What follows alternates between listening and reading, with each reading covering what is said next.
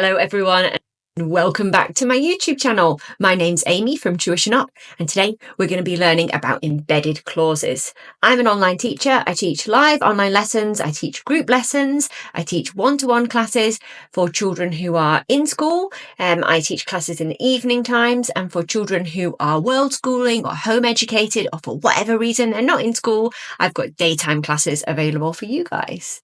Okay, let me explain embedded clauses to you then. Embedded clauses are a really nice little sentence structure to throw into your writing to impress your teacher or impress anyone who reads your work. So we know a clause is a part of a sentence here.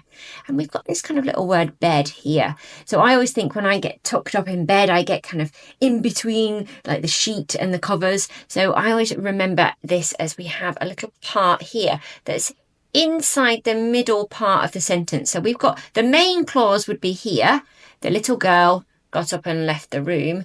And then we've got this pronoun here and then an extra bit of information in the middle. Okay, so we could say, let's look at this little girl here. We could say anything about her. Let me just make her a bit bigger so we can see. The little girl who had curly hair got up and left the room. The little girl who had on a beautiful necklace got up and left the room. You have a look and you try one.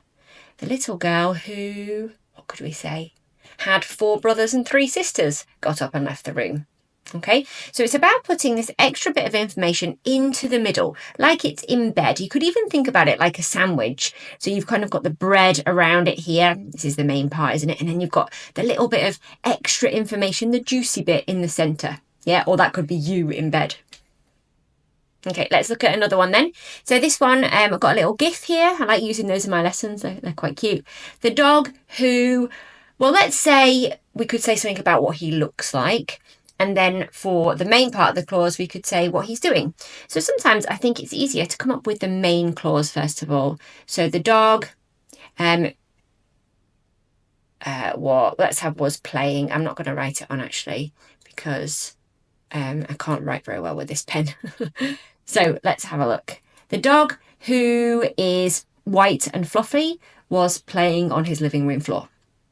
The dog who had a wet, shiny nose was playing with a ball. Something like this. Have a go. See if you can do one. So if you think you're getting it, let's have a little look at this one then. I want you to spot which sentence you think has got the embedded clause. So just pause the video and have a little read through and see if you can spot the correct embedded clause. The dogs barked when they heard a car. Well, that's kind of just like a sentence, isn't it? Really, we've got a main clause here and then we've got a subordinate clause here. So it's not going to have an embedded clause in it. The dogs, comma, who were always alert, barked at the car.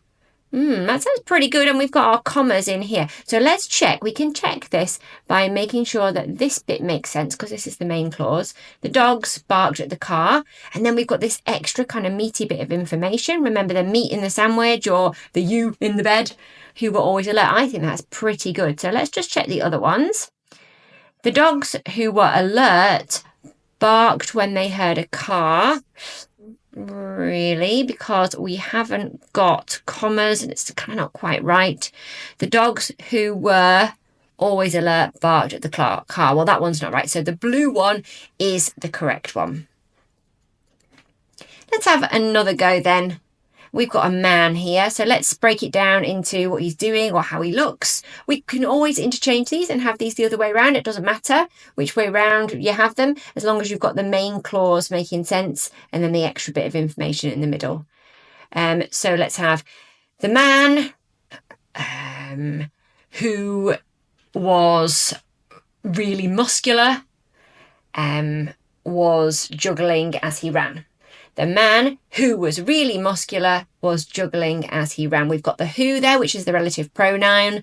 We had that in this one, didn't we? We had it here and here. And that's something to remember. Sometimes it's not always who, it can be which, or it can be that, it can be different things. Okay, so finally then, right, this time you have to choose your thing here. So it could be one of these gifts, so you could choose a minion or a panda. I'm going to give you a panda example. The panda who was filthy from playing around in the ground was climbing his favourite tree.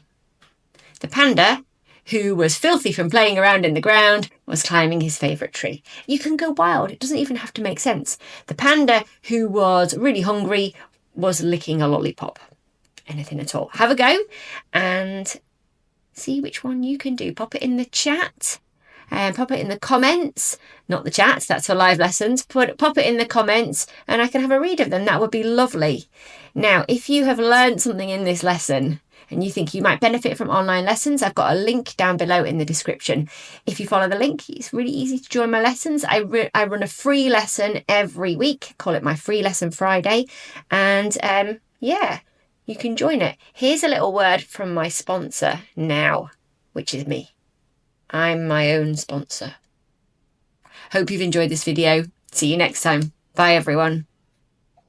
This video is brought to you by Amy and Free Lesson Friday from Tuition Up. This is my free weekly lesson, a fun approach to Key Stage 2 primary English taught live via Zoom. From complex sentence construction to using high-level punctuation, it's all covered in a fun, interactive way. Check out the link in the description below to join, and I'll see you in the live lessons.